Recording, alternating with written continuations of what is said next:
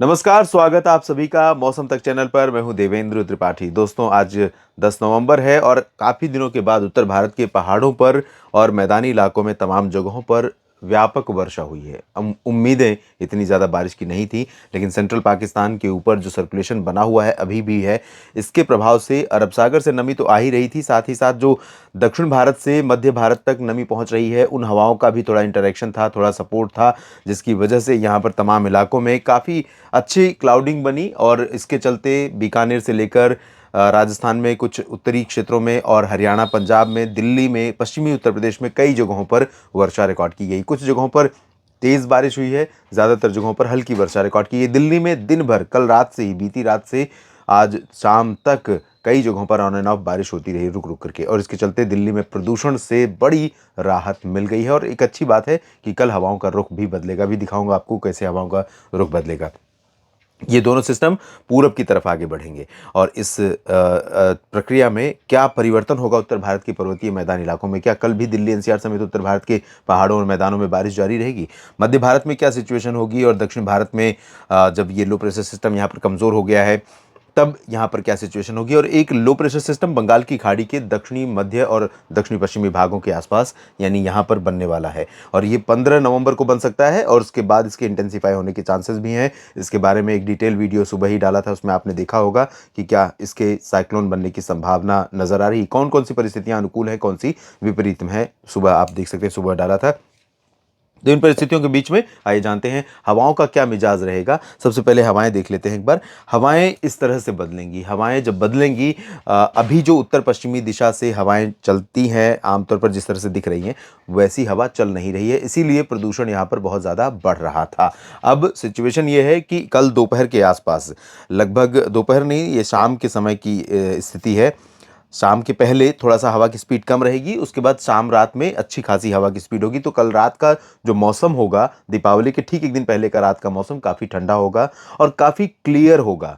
तो पूर्णिमा, जो जिस तरह से अमावस्या से पहले, क्योंकि अमावस्या के दिन दीपावली होती है, अमावस्या को दिन के दिन रात अंधेरी होती है, और ऐसे में जब आसमान साफ हो जाएगा, यानी एटमॉस्फेयर साफ हो जाएगा, तो चांदनी तो नहीं होगी, क्योंकि अमावस्या होगा, चांद नहीं दिखता उस दिन और उस रात में, और उस रात में सितारों की झिलमिलाहट आसमान में, नीले आसमान में ज़बरदस्त लगेगी, और प्रदूषण से बड़ी राहत मिलेगी। तो हवाओं का परिवर्तन, एक बड़ा चेंज देश के मौसम पर अगले 24 घंटों के दौरान या 24 घंटों के बाद आपको देखने को मिलने वाला है। और अब बारिश की बात कर लेते हैं, कहां पर बारिश की संभावनाएं दिखाई दे रही हैं। मॉडल के अकॉर्डिंग उत्तर भारत में, मध्य भारत में और पूर्वी भारत में, साथ ही साथ साउथ पेनिनसुलर रीजन पर भी बारिश की गतिविधियां बहुत रेयर रहने वाली हैं अगले 24 घंटों के दौरान।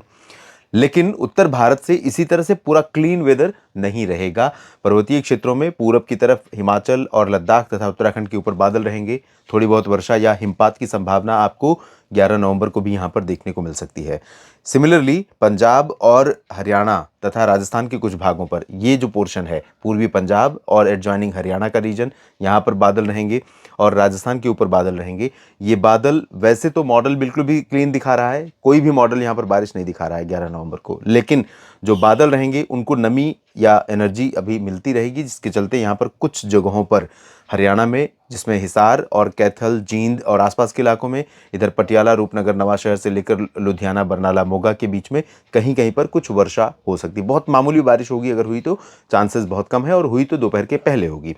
और उत्तर प्रदेश में अगर देखें तो यहाँ पर मुरादाबाद और रामपुर से लेकर बरेली, शाहजहांपुर के बीच में ये वाला जो रीजन है, इन भागों में कहीं कहीं पर थोड़ी बहुत वर्षा होने की संभावना बन सकती है। और बादल थोड़े से आपको पूर्वी उत्तर प्रदेश में कानपुर नगर, कानपुर देहात, लखनऊ, बहराइच, सीतापुर, लखीमपुर खीरी, अयोध्या, गोरखपुर, प्रयागराज, प्रतापगढ़, जौनपुर, इन भागों पर भी दिखाई देंगे। और रात में यहाँ पर भी हवाएं उत्तर पश्चिमी दिशा की चलनी शुरू होंगी, तो रात में मौसम काफ़ी ठंडा महसूस होगा, दीपावली के एक दिन पहले भी और दीपावली के दिन भी। ये उत्तर प्रदेश और हरियाणा, पंजाब, दिल्ली, तीनों जगहों पर, चारों जगहों पर इस तरह की हवाएं रहेंगी। राजस्थान के ऊपर भी काफ़ी दिनों के बाद पहली बार ठंडी हवाएं महसूस करेंगे आप रात में, कल 11 नवंबर से, और मौसम ज़्यादातर जगहों पर साफ हो जाएगा। जम्मू कश्मीर में मुख्यतः साफ और शुष्क मौसम की संभावना दिखाई दे रही है। इधर मध्य भारत और पूर्वी भारत की अगर बात करें तो पूर्वी भारत में बिहार और झारखंड, पश्चिम बंगाल में लगभग सभी जगहों पर शुष्क मौसम के बीच में पश्चिमी हवाओं का असर धीरे धीरे यहाँ पर भी पहुंचेगा। तापमान में गिरावट यहाँ पर भी शुरू होगी, मौसम ठंडा होगा। पूर्वोत्तर में भी ड्राई वेदर लगातार बना रहेगा और मध्य भारत के भागों में गुजरात, महाराष्ट्र, मध्य प्रदेश, छत्तीसगढ़, उड़ीसा और गोवा, इन सभी भागों में भी ड्राई वेदर लगातार बना रहेगा। लेकिन मध्य भारत में मध्य प्रदेश और गुजरात के ऊपर, साथ ही साथ महाराष्ट्र के मध्य भागों और कोंकण गोवा के भागों में और गोवा में कुछ स्थानों पर बादल आपको दिखाई दे सकते हैं कल भी। लेकिन मध्य प्रदेश में या गुजरात में बारिश की उम्मीदें नहीं रहेंगी। महाराष्ट्र में भी बारिश की इंटेंसिटी या बारिश का दायरा सीमित हो रहा है, लेकिन सतारा और कोल्हापुर, सिंधुदुर्ग और गोवा में कुछ स्थानों पर वर्षा हो सकती है।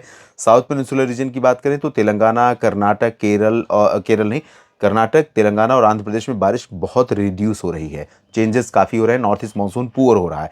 लेकिन तमिलनाडु और केरल, पुदुचेरी और लक्षद्वीप में कई जगहों पर हल्की वर्षा, कुछ स्थानों पर मध्यम बौछारें गिर सकती हैं और अंडमान व निकोबार द्वीप समूह में कई जगहों पर बारिश होने की संभावना या आशंका नजर आ रही है। इसके अलावा यहाँ पर जो बंगाल की खाड़ी के ऊपर निम्न दबाव का क्षेत्र 15 नवंबर को बनने वाला है, 3-4 दिनों में वो काफ़ी प्रभावशाली बनेगा और आशंका है कि वो अगर स्ट्रांग हुआ तो भारत के सीधे गया तो तमिलनाडु और ऊपर की तरफ गया तो उड़ीसा और आसपास के भागों को हिट करेगा, तो बहुत प्रभावित करेगा। लेकिन कितना प्रभावशाली होगा, किस डायरेक्शन में जाएगा, बात करेंगे आने वाले दिनों में, आने वाले समय में जब तस्वीरें और साफ होंगी। फिलहाल इस वीडियो में इतना ही। लगातार आप बने रहिए और जानकारियाँ ठीक लगे तो लाइक और शेयर करना ना भूलें। चैनल को सब्सक्राइब नहीं किया है मित्रों तो ज़रूर कर लीजिए और अपने क्षेत्र के मौसम के बारे में और वीडियो में दी गई जानकारियों के बारे में कमेंट में अपनी प्रतिक्रिया ज़रूर दीजिए। आप सभी का बहुत बहुत धन्यवाद।